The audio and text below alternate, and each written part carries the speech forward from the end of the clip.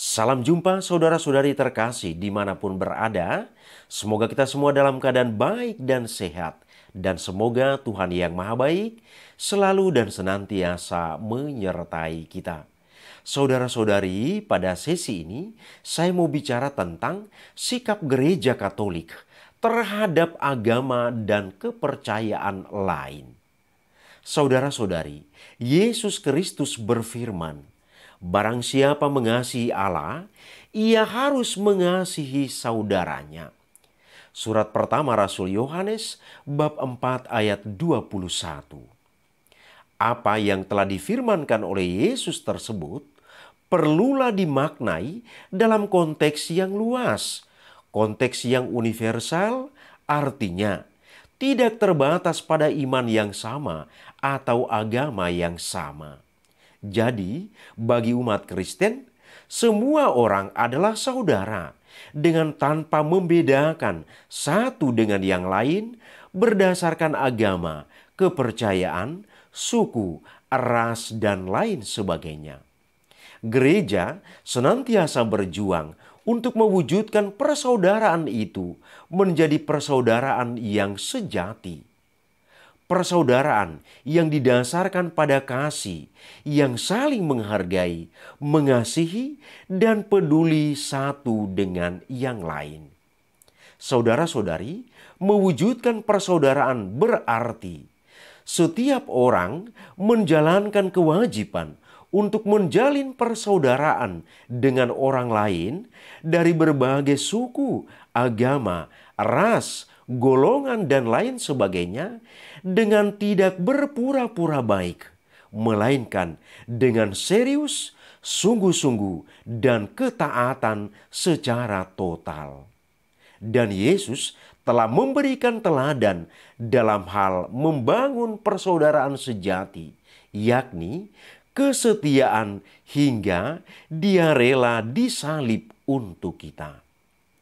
Satu hal yang dapat kita lakukan untuk membangun persaudaraan adalah dengan mengusahakan sikap yang baik serta positif terhadap agama dan kepercayaan lain.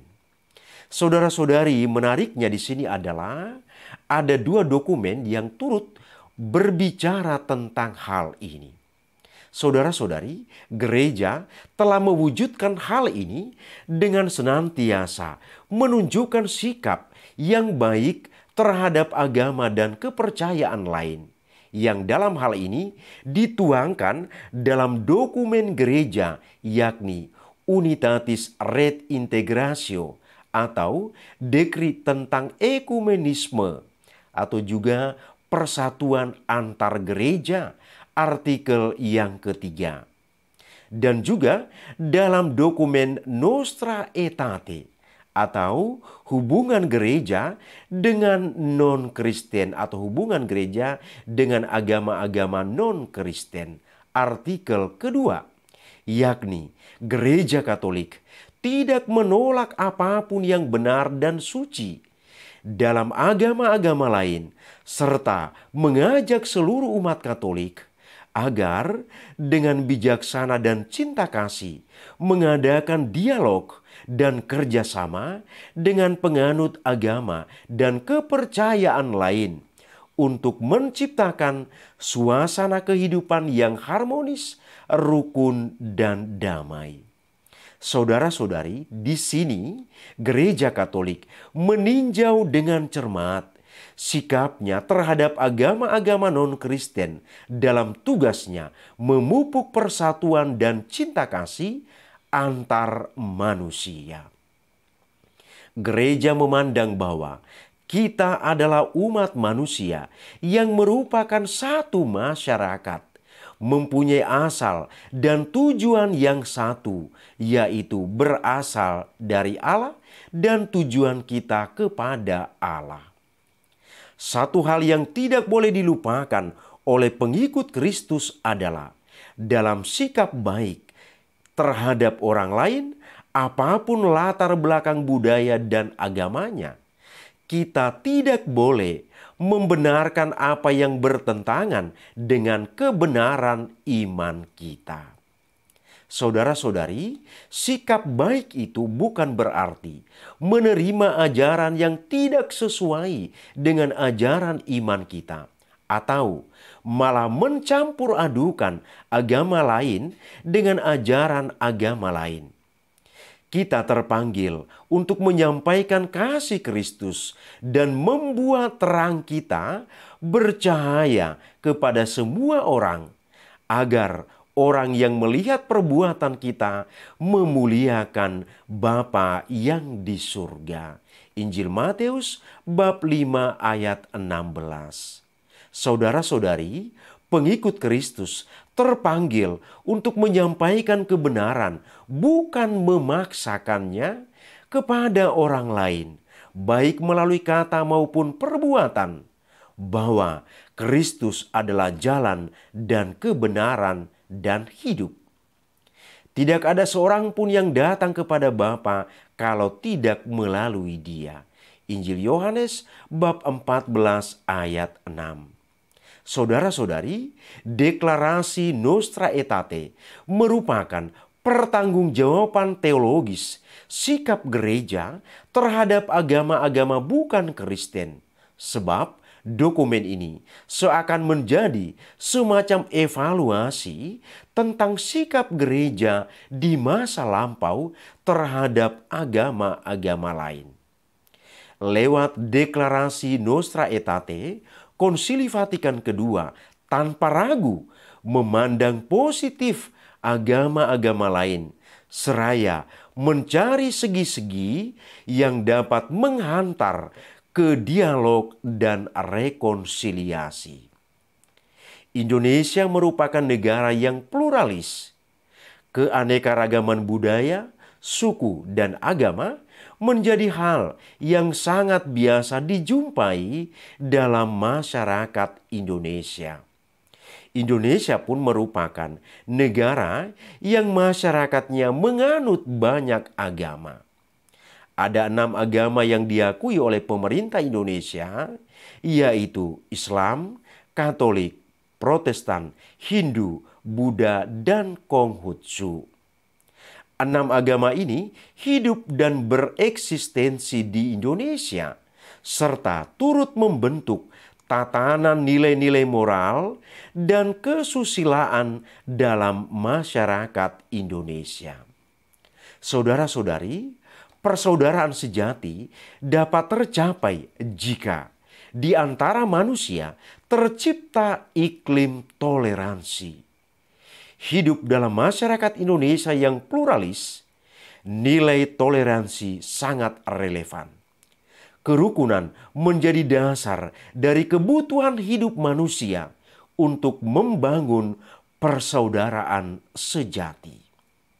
Saudara-saudari, dialog diadakan untuk membangun saling pengertian melalui pertemuan pribadi. Dialog menjadi sarana di mana setiap pemeluk agama saling mendengarkan, bukan untuk menjatuhkan. Tetapi dengan dialog, setiap pemeluk agama membangun dalam dirinya saling pengertian yang tulus untuk menerima perbedaan yang ada di dalam agama lain. Deklarasi Nostra Aetate kembali mengajak gereja dan agama-agama lain untuk hadir sebagai saudara dalam kerjasama. Pengakuan bahwa ada banyak agama dan tradisi lain di luar gereja mengandaikan adanya wawasan pluralistik dalam kerjasama. Saudara-saudari, deklarasi Nostra Aetate menggambarkan sikap dewasa yang perlu diambil dalam hubungan dengan agama-agama lain. Sikap dewasa ini ditunjukkan dengan saling menghargai serta mau berdialog secara terbuka dengan pengikut agama lain. Melihat realitas yang terjadi di Indonesia, semangat penyejukan dan perdamaian yang dibawa agama tampak kering. Agama jauh dari kehidupan masyarakat. Agama cenderung memikirkan diri sendiri dalam lingkup dogma, aturan, dan legalitas.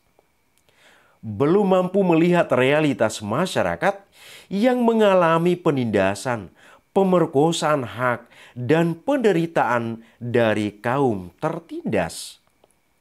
Bentuk dari toleransi adalah saling menghargai, memberi ruang bagi agama lain untuk melakukan kegiatan keagamaan mereka, saling menjaga ketertiban jika ada kegiatan besar keagamaan. Hambatan yang biasa saja terjadi dalam usaha membangun toleransi umat beragama adalah kurangnya pengetahuan tentang adanya perbedaan yang menyebabkan orang lain menjadi egois dan sombong, merasa lebih baik dan tidak peduli dengan saudara, teman, tetangga, maupun masyarakat. Saudara-saudari, karena itulah orientasi keagamaan seharusnya lebih difokuskan pada nilai-nilai kemanusiaan.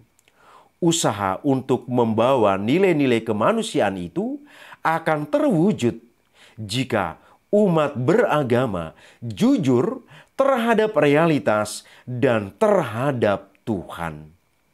Jujur terhadap realitas berarti umat beragama memiliki bela rasa terhadap penderitaan umat manusia yang berbeda keyakinan.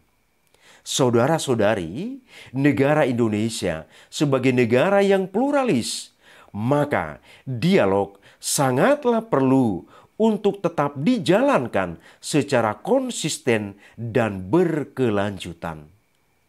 Ada 4 dialog yang perlu untuk selalu diupayakan dalam menjalin relasi kerjasama dengan umat beragama lain. 4 dialog itu adalah dialog kehidupan, dialog karya, dialog teologis, dan dialog pengalaman keagamaan. Demikianlah saudara-saudari, sedikit ulasan tentang sikap Gereja Katolik terhadap agama dan kepercayaan lain. Semoga bermanfaat bagi kita. Terima kasih, Tuhan memberkati.